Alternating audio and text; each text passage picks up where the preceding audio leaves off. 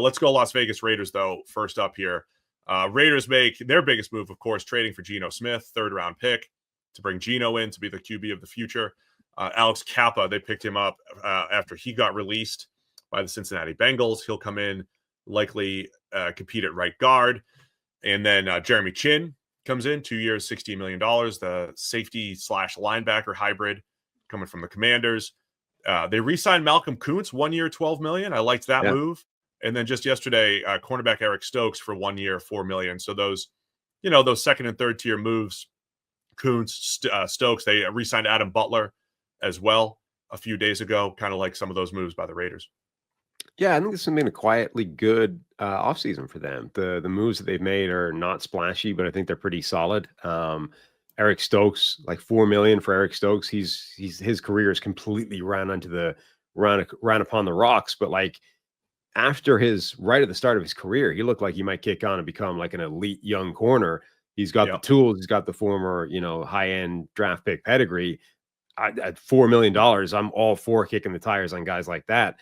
So I like those moves. Bringing back Malcolm Koonce for $12 million for 1 year, I think is a great move for them. You obviously re-signed Max Crosby to a monster contract as well.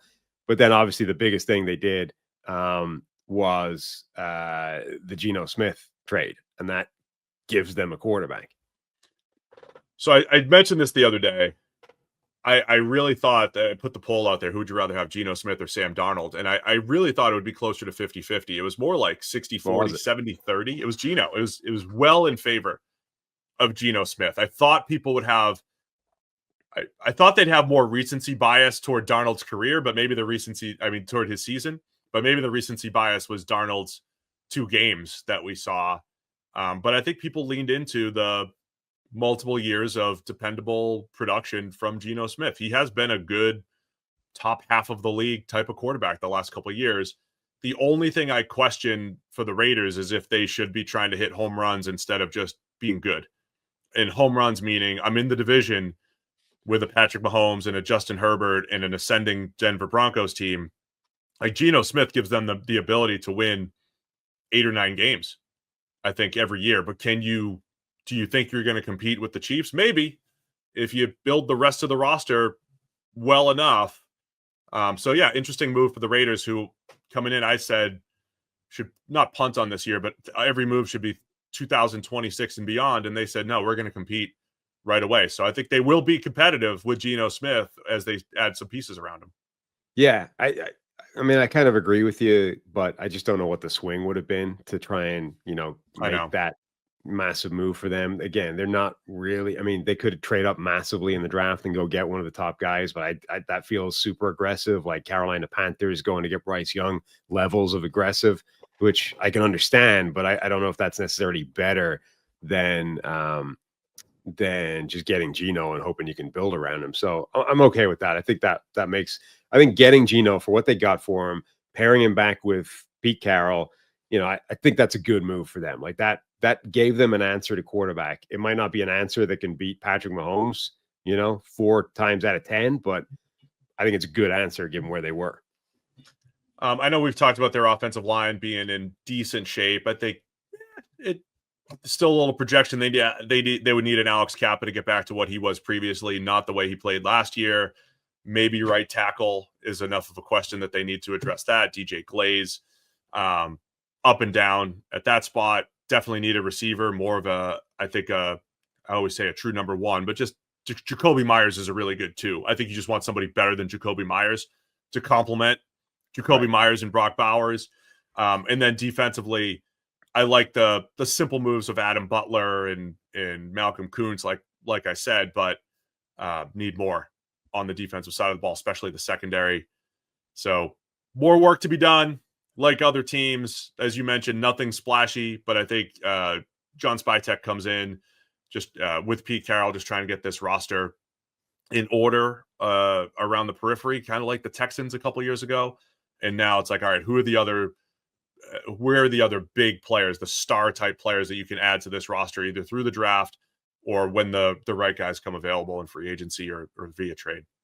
Yeah, they're an interesting team in the draft now because they got like 9 picks. I think they got a couple of comp picks in there. Then they're both in the 6th round, but still, they're their picks are positioned pretty, high or in good positions in this draft. They obviously pick number 6 overall, which if you want a quarterback might not be the place to be, unless you love Shedeur Sanders and there is substance to the idea that he's slipping.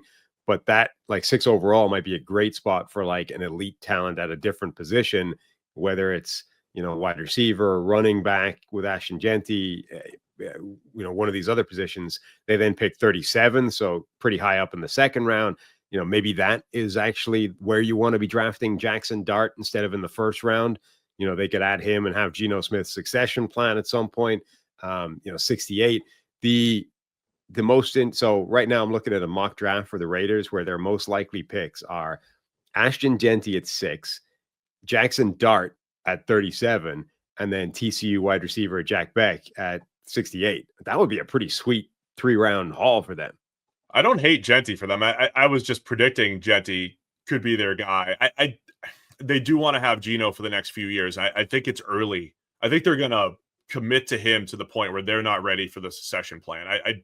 Because I could see it. Because if they go Genty and then say they got our guy Jaden Higgins at 37, and then you got Higgins and Myers, and you have Genty, and then Besh too. I know you got later, but man, I don't think they're going to go QB. I think they're committed to Geno for the next few years. I mean, I also Geno being 34, I think you would be smart to at least consider quarterback. Yeah, I just feel like it might be more next year than this year. That's just my prediction. But you have enough picks. I would at least get somebody in the building for sure.